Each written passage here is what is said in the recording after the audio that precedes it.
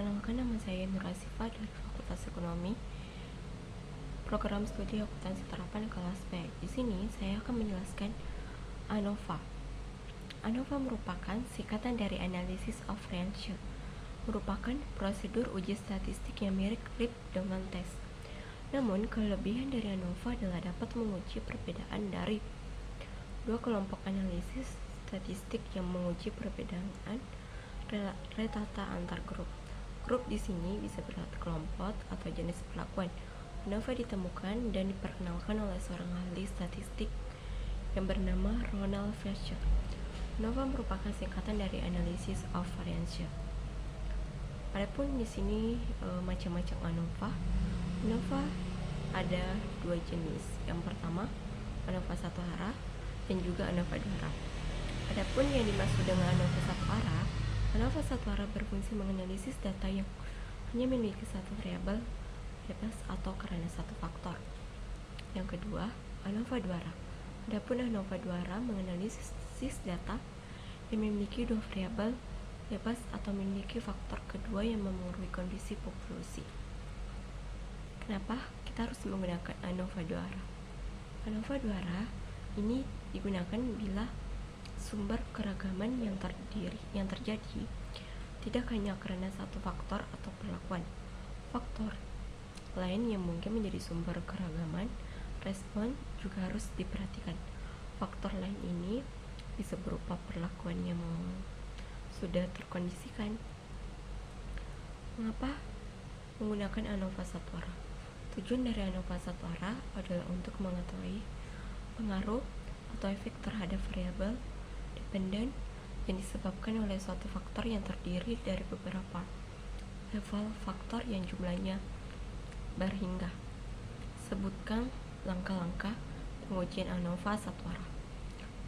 Langkah pertama, nyatakan hipotesis. Langkah kedua, mengumpulkan data. Langkah ketiga, hitung rata-rata dan varians dari setiap kelompok. Yang keempat, hitung rata-rata dari variasi keseluruhan. Yang kelima, langkah lima, hitung jumlah kuadrat antara kelompok.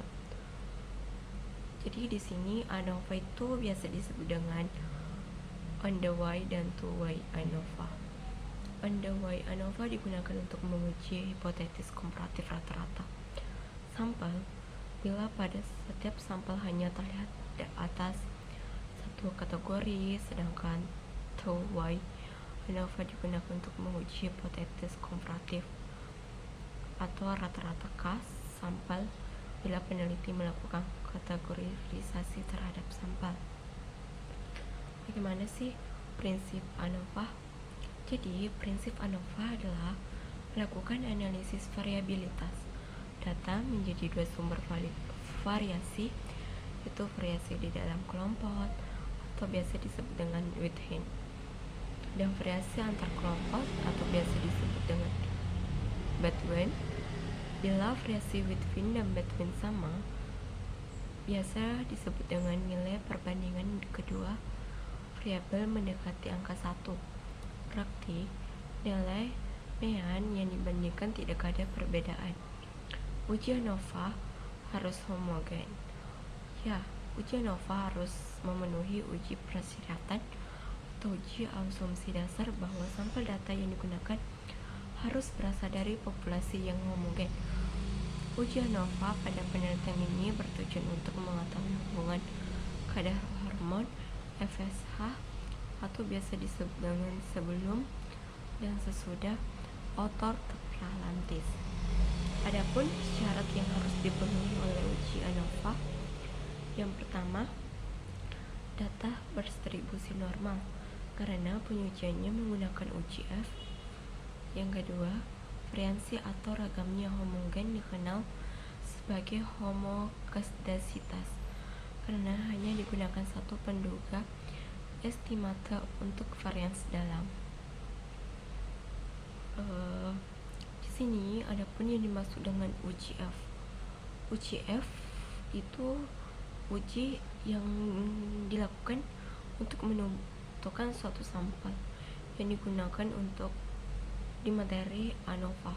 Jadi uji F dikenal dengan uji serentak atau uji model dalam ANOVA, yaitu uji untuk melihat bagaimanakah pengaruh sama variabel bebasnya secara bersama-sama terhadap variabel terikatnya. Sedangkan uji T atau tes terkontrol digunakan untuk menguji perbedaan rata-rata antara dua kelompok yang tidak terkontrol. Sedangkan uji T tidak termasuk digunakan untuk menguji perbedaan rata-rata dua kelompok yang terkontrol. Di sini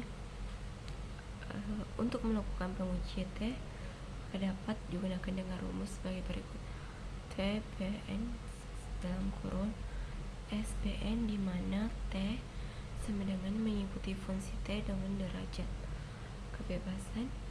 Beberapa alasan menggunakan uji hipotetis dengan ANOVA adalah memudahkan analisis beberapa kelompok sampel yang berbeda dengan risiko kesalahan terkecil, mengetahui signifikansi perbedaan rata-rata U antara kelompok sampel yang satu dan yang lain.